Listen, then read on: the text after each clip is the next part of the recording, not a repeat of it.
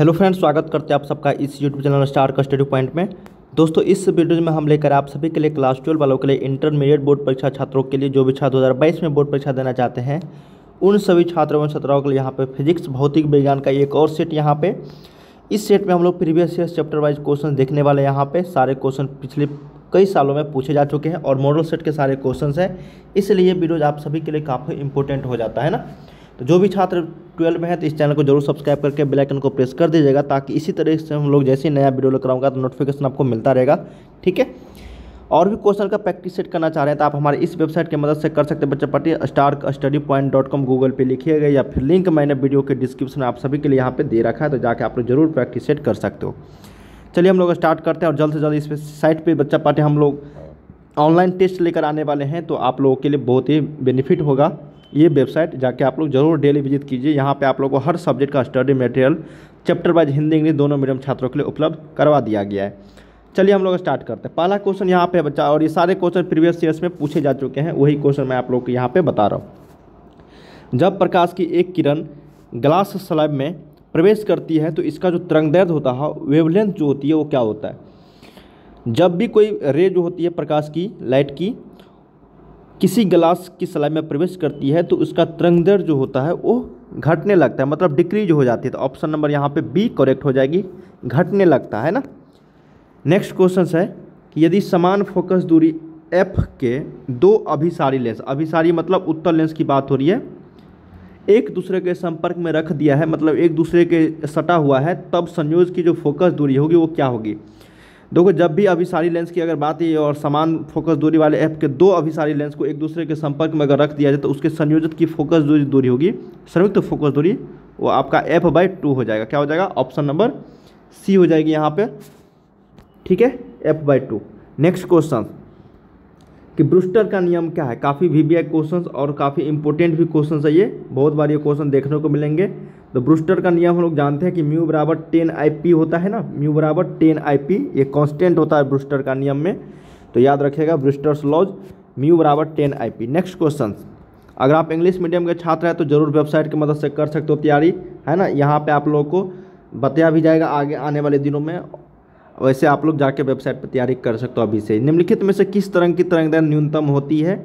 तो किस तरंग की तरंगदैर्घ्य, सभी ये तरंगे हैं, अवरक्त किरणें, पराबैंगनी किरणें, गामा किरणें और एक्स किरणें, लेकिन किस तरंगे की वेवलेंथ जो है यहाँ पे सबसे न्यूनतम होती है, मिनिमम होती है, तो वो आपका यहाँ पे गामा किरणें का क्या होता है, गामा किरणें का। ऑप्शन नंबर सी करेक्ट हो जाएगी। अब तो ये सभी बता देंगे कि समतल दर्पण की वक्रता त्रिज्या जो होती है, कर्वेचर ऑफ, है ना, रेडियस ऑफ कर्वेचर, समतल दर्पण की प्लेन मिरर का, तो ये तो पता ही होगा, अनंत होती है, इनफाइनाइट होता है ना, इनफाइनाइट होता है। ऑप्शन नंबर ए करेक्ट हो जाएगी। नेक्स्ट है यहाँ पे 6 नंबर कि एक उत्तल लेंस के ऊपर वाले भाग को, है ना, बहुत ही शानदार क्वेश्चन है, पूछा गया 2018 के 2019 में। ये मतलब आधा जो है ऊपर वाले भाग को काले रंग से रंग दिया गया है ना, काले रंग से इसको रंग दिया गया है, तो इसके द्वारा बनने वाले प्रतिबिंब जो होगा, इमेज जो होगा, वो क्या होगा, उसका आकार बढ़ा हुआ रहेगा या फिर घटा हुआ रहेगा या फिर तीव्रता इंटेंसिटी कम हो जाएगी, फिर इनमें से कोई नहीं। जब भी उत्तल लेंस के ऊपर वाले भाग को काले रंग से रंग दिया जाता है तो उसके द्वारा जो बनने वाली प्रतिबिंब होती है उसकी इंटेंसिटी कम हो जाती है। आकार में कोई फर्क नहीं पड़ता है, इंटेंसिटी कम हो जाती है ना, इंटेंसिटी इसका तो उतना ही मतलब प्रतिबिंब बनेगा, आकार में कोई परिवर्तन नहीं, सिर्फ और सिर्फ इंटेंसिटी, उसकी तीव्रता जो है कम हो जाएगी, डिक्रीज हो जाएगी। नेक्स्ट क्वेश्चन 7 नंबर पूछा गया है कि दो तरंगे जिनकी तीव्रताओं का अनुपात 9:1 है ना, व्यतिकरण उत्पन्न करती है, तो अधिकतम तथा न्यूनतम तीव्रताओं का अनुपात क्या होगी। देखो, इस तरह के जैसे क्वेश्चंस आएगा बच्चा, तो ये आपको हो जाएगा यहाँ पे, दो तरंगे जिनकी तीव्रताओं का अनुपात 9:1 है, तो अधिकतम तथा न्यूनतम तीव्रताओं का जो अनुपात होगा वो आपका यहाँ पे ऑप्शन नंबर 4:1 हो जाएगी, है ना। इसको बनाना पड़ेगा बच्चा, तो यहाँ पे ऑप्शन नंबर सी करेक्ट हो जाएगी। देखो, उसी तरीके से 8 नंबर है, ये भी क्वेश्चन प्रीवियस ईयर्स में काफ़ी बार पूछे जा चुके हैं। क्या पढ़ाई में आपको आते हैं डॉट्स, तो 5 सेकंड में डॉटनेट के साथ उन्हें करो आउट। बस अपने सवाल की फोटो खींचो, क्रॉप करो और तुरंत वीडियो सोल्यूशन पाओ। चाहे आपका सवाल फिजिक्स, केमिस्ट्री, मैथ, बायोलॉजी का हो, सीबीएसई, यूपी, बिहार, मध्य प्रदेश या अन्य स्टेट बोर्ड का हो, यहाँ तक कि कक्षा 6 से 12वीं IIT, जेईई और नीट का सवाल हो, सभी सवाल के वीडियो सोल्यूशन सिर्फ 5 सेकंड में मिलेंगे आपको डॉटनेट ऐप पर। इसके साथ ही डॉटनेट ऐप पर चल रही है इंडिया के number 1 daily online video classes, वो भी इंग्लिश और हिंदी मीडियम में, जहाँ पूरा कोर्स पढ़ाया जा रहा है। तो आज ही जाकर इन वीडियो कोर्स का हिस्सा बनिए और डॉटनेट ऐप इंस्टॉल कीजिए। 8 नंबर है, ये भी क्वेश्चन प्रीवियस ईयर्स में काफ़ी बार पूछे जा चुके हैं कि एक उत्तल लेंस का यहाँ पे अपवर्तनांक दिया गया है म्यू का मान 1.5 की वायु में फोकस दूरी 20 सेंटीमीटर है। ये डायरेक्ट फार्मूला बेस्ड क्वेश्चन है, उस लेंस की फोकस दूरी आपको बतानी है। तो इसका भी मैं आप लोगों को बता दूँ, इसका जो आंसर हो जाएगी वो इनफाइनाइट हो जाएगी उस लेंस की फोकस दूरी, है ना। एक लेंस जिसकी यहाँ पे अपवर्तनांक दिया गया है 1.5 की वायु में फोकस दूरी 20 सेंटीमीटर और 1.5 अपवर्तनांक वाले माध्यम में उस लेंस की फोकस दूरी कितनी होगी, तो वो इनफाइनाइट हो जाएगी। Option number D correct. Next question हम लोग देखते हैं कि विद्युतीय परिपथ के किसी बिंदु पर सभी धाराओं का जो बीजगणितीय योग होता है वो आपको पता ही होगा, शून्य होता है। क्या होता है बच्चा? शून्य होता है। विद्युत परिपथ के मतलब इलेक्ट्रिक सर्किट में किसी भी बिंदु पर सभी करंट का जो अलजेब्रिक सम होता है बच्चा, योग होता है, वो शून्य के बराबर होती है। Option number C. ये तो बहुत ही वीवीआई क्वेश्चन है। किलोवाट घंटा, है ना, किलोवाट घंटा हो गया या फिर आपको इलेक्ट्रॉन वोल्ट हो गया, ये सारे किसका मात्रक है? ऊर्जा का, एनर्जी का। ये सारे क्या है? व्यवहारिक मात्रक है। ऊर्जा का ऐसा मात्रक एक ही होता है, वो जूल होता है, लेकिन व्यवहारिक मात्रक काफ़ी सारे होते हैं। किलोवाट घंटा हो गया, आपको इलेक्ट्रॉन वोल्ट हो गया, और भी काफ़ी सारे यहाँ पे व्यवहारिक मात्रक है। इसका ऑप्शन नंबर ए करेक्ट हो जाएगी। नेक्स्ट क्वेश्चन कि विद्युत परिपथ की जो शक्ति होती है वो आपको बतानी। हम लोग जानते हैं कि P बराबर होता है वी आई, है ना। P बराबर वी आई होता है, तो आई यहाँ पे V बराबर आई आर वाले फार्मूला से हम लोग निकाल लेंगे यहाँ से I का मान। तो I का मान क्या हो जाएगा? V/R हो जाएगी। तो यहाँ पे मान दे दो आप लोग, तो V गुने V/R, तो ये V²/R है ना। ऑप्शन नंबर सी करेक्ट है यहाँ पे, ठीक है। चलिए, विद्युत परिपथ की शक्ति पावर का जो फार्मूला होता है वो VI होती है, इसी में ये मान दे दिया गया है करंट का, ठीक है। तो ये आपको यहाँ पे आ गया है। नेक्स्ट क्वेश्चन, लेंज का नियम संबंध है। देखो, लेंज का जो नियम संबंध है वो ऊर्जा के आवेश से, द्रव्यमान से, ऊर्जा से, संवेग के संरक्षण सिद्धांत से। किससे है? तो ऊर्जा से, है ना। लेंज का जो नियम संबंध है बच्चा वो है आपका ऊर्जा से। नेक्स्ट क्वेश्चन 13 नंबर हम लोग देखते हैं कि चल कुंडली धारामापी की सुग्राहिता बढ़ाई जा सकती है। तो चल कुंडली धारामापी की जो सुग्राहिता बढ़ाई जा सकती है, कुंडली में फेरों की संख्या घटाकर, बढ़ाकर, चुंबकीय फ्लक्स बढ़ाकर, कुंडली का क्षेत्रफल बढ़ाकर, या फिर प्रति एकांक एटॉन को बढ़ाकर। तो ये हो जाएगा बच्चा आपको उसकी कुंडली का क्षेत्रफल को बढ़ाकर, क्या हो जाएगा? क्षेत्रफल को बढ़ाकर उसकी सुग्राहिता बढ़ाई जा सकती है। ये भी क्वेश्चन पूछा, नेक्स्ट मतलब सेम टू सेम क्वेश्चन पूछा गया है प्रीवियस ईयर्स में। नेक्स्ट क्वेश्चन, किसी कुंडली के स्वप्रेरकत्व की जो माप होती है सेल्फ इंडक्शन का, है ना, सेल्फ इंडक्टेंस का, किसी कुंडली के स्वप्रेरकत्व की जो माप होती है विद्युतीय जड़त्व की, विद्युतीय घर्षण या प्रेरित विद्युत वाहक बल की, या फिर प्रेरित धारा की। तो ये हो जाएगा आपका विद्युतीय जड़त्व की। ऑप्शन नंबर ए करेक्ट हो जाएगी। किसी कुंडली के स्वप्रेरकत्व की जो माप होती है वो विद्युतीय जड़त्व की होती है।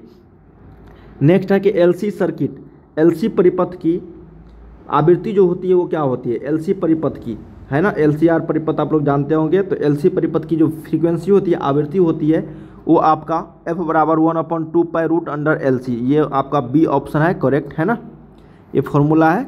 नेक्स्ट क्वेश्चन 16 नंबर,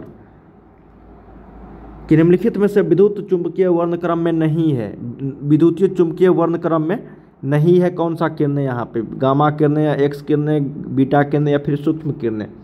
तो ये बीटा किरणें जो है नहीं है, तो ऑप्शन नंबर बी करेक्ट हो जाएगी, सॉरी सी करेक्ट हो जाएगी यहाँ पे, है ना, बीटा किरणें। नेक्स्ट है यहाँ पे कि मुक्त आकाश का परावैद्युतांक कितना होता है? तो मुक्त आकाश फ्री एक्स का यहाँ पे परावैद्युतांक, इसका कांस्टेंट मान होती है 8.85 गुने 10⁻12 तो होता है, लेकिन आपको कूलम्ब स्क्वायर पर न्यूटन पर मीटर स्क्वायर हो गया। ऑप्शन नंबर ए जो है करेक्ट हो जाएगा यहाँ पे, है ना। इसका याद रखना है आप लोगों को। और ये तो भाई इतना सिंपल और इम्पोर्टेंट क्वेश्चन है कि मत पूछो, लगातार ये हर एक साल पूछा जाता है, हर एक साल किसी न किसी ईयर्स में पूछ ही दिया जाता है। 64 समान बूंदें जिनकी प्रत्येक की धारिता 5 माइक्रोफैराड है मिलकर एक बड़ा बूंद बनाती है, तो बड़े बूंद की धारिता क्या होगी? तो भाई 20 माइक्रोफैराड, है ना। इसको बनाना पड़ेगा बच्चा, ठीक ना। 5 माइक्रोफैराड है, 64 समान बूंदें जिनमें, और एक बड़ा बूंद अगर बनाओगे तो उस बिंदु की धारिता जो होगी वो 20 माइक्रोफैराड के बराबर हो जाएगी। तो 18 का ऑप्शन नंबर बी। बहुत ही सिंपल इंपॉर्टेंट क्वेश्चन से कह सकते हैं, और ये लगातार पूछा हुआ क्वेश्चन है।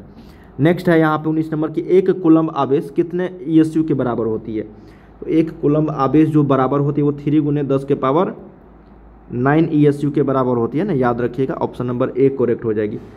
20 नंबर है कि यदि शीशे की एक पट्टी को वायु संधारित्र की प्लेटों के बीच खिसकाया जाए तो तो इसकी धारिता कितनी होगी। क्या क्वेश्चन है कि यदि शीशे की एक पट्टी को वायु संधारित्र की प्लेटों के बीच खिसकाया जाए तो इसकी जो धारिता होगी वो बढ़ जाती है। कि क्या होगी, बढ़ जाती है। देखो ये जो क्वेश्चन है यहाँ पे कि 3 संधारित्र जिनमें प्रत्येक की धारिता C है, अगर श्रेणी क्रम में करेंगे तो C/3 हो जाएगा, है ना, और समांतर क्रम में करेंगे तो ये 3C हो जाएगी। इसलिए यहाँ पे याद रखिएगा C/3 हो जाएगा, ऑप्शन नंबर C, है ना। तो उल्टा होता है ना, करंट से धारिता में कैपेसिटर में उल्टा होता है, तो इसमें याद रखना है। यहाँ पे हो जाएगा आपको कितना 1/C plus 1/C plus 1/C, और ये आपको 1/C इक्विवेलेंट, तो इसका मान C/3 हो जाती है। ऑप्शन नंबर C करेक्ट है। नेक्स्ट क्वेश्चन हम लोग देखते हैं। आप नेक्स्ट क्वेश्चन है 22 नंबर की चुंबकशीलता की जो बीमा होती है वो क्या होती है। तो चुंबकशीलता की जो बीमा होती है यहाँ पे वो आपको बतानी है, तो वो हो जाएगा ml/T⁻⁻2 I⁻⁻2, है ना। ऑप्शन नंबर A जो है चुंबकशीलता का डायमेंशन होगा। लोहे का परमाणु क्या है, तो लोहे का परमाणु आप लोगों को पता ही होगा कि क्या होती है, लौह चुंबकीय होती है, लौह चुंबकीय फेरोमैग्नेटिक, है ना। ऐसे पद्धति में चुंबकशीलता का मात्रक, बस चुंबकशीलता का मात्रक और इसी का बीमा यहाँ पे बताया गया था, तो इसका मात्रक बतानी है ऐसे पद्धति में, तो क्या हो जाएगी, इसका हो जाएगा आपको हेनरी पर मीटर। क्या हो जाएगा, हेनरी, है ना, हेनरी पर metre. Option number C correct हो जाएगी। नेक्स्ट क्वेश्चन कि आयाम मॉडुलम का, क्या क्वेश्चन बच्चा, आयाम मॉडुलम का सूचकांक का जो मान होता है वो क्या होता है, आयाम मॉडुलम सूचकांक का मान तो पता ही होगा 0 तथा 1 के बीच में होती है, 0 से लेकर 1 के बीच में। बहुत ही सिंपल क्वेश्चन है और ये काफ़ी बार देखने को मिलेंगे नेक्स्ट प्रीवियस ईयर्स में।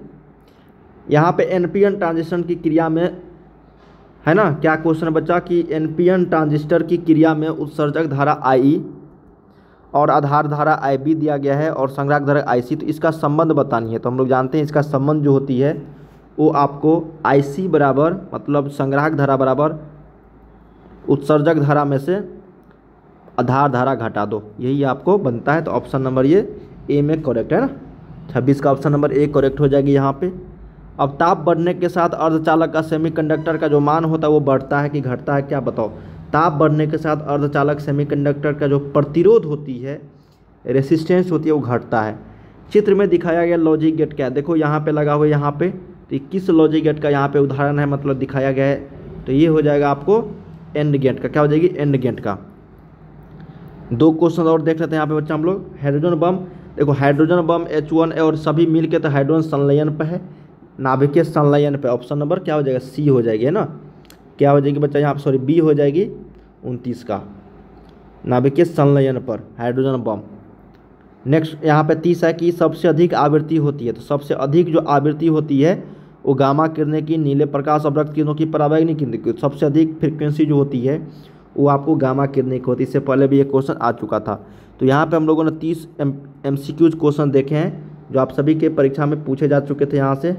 उम्मीद करते हैं इस वीडियो के माध्यम से आपको काफ़ी सारी जानकारी मिला होगा। इसी तरह के और वीडियो देखना चाहते हैं इस चैनल को जरूर सब्सक्राइब करके बेल आइकन को प्रेस कर दीजिएगा। चलिए बच्चा पार्टी, मिलते हैं हम लोग नेक्स्ट क्लास में, है ना, नेक्स्ट वीडियो में किसी और टॉपिक को लेकर यहाँ पे। और चैनल को सब्सक्राइब करके बेल आइकन को जरूर प्रेस करना, और वेबसाइट का लिंक डिस्क्रिप्शन में दिया गया, तो जाकर आप जरूर प्रैक्टिस कर लेना, ठीक है।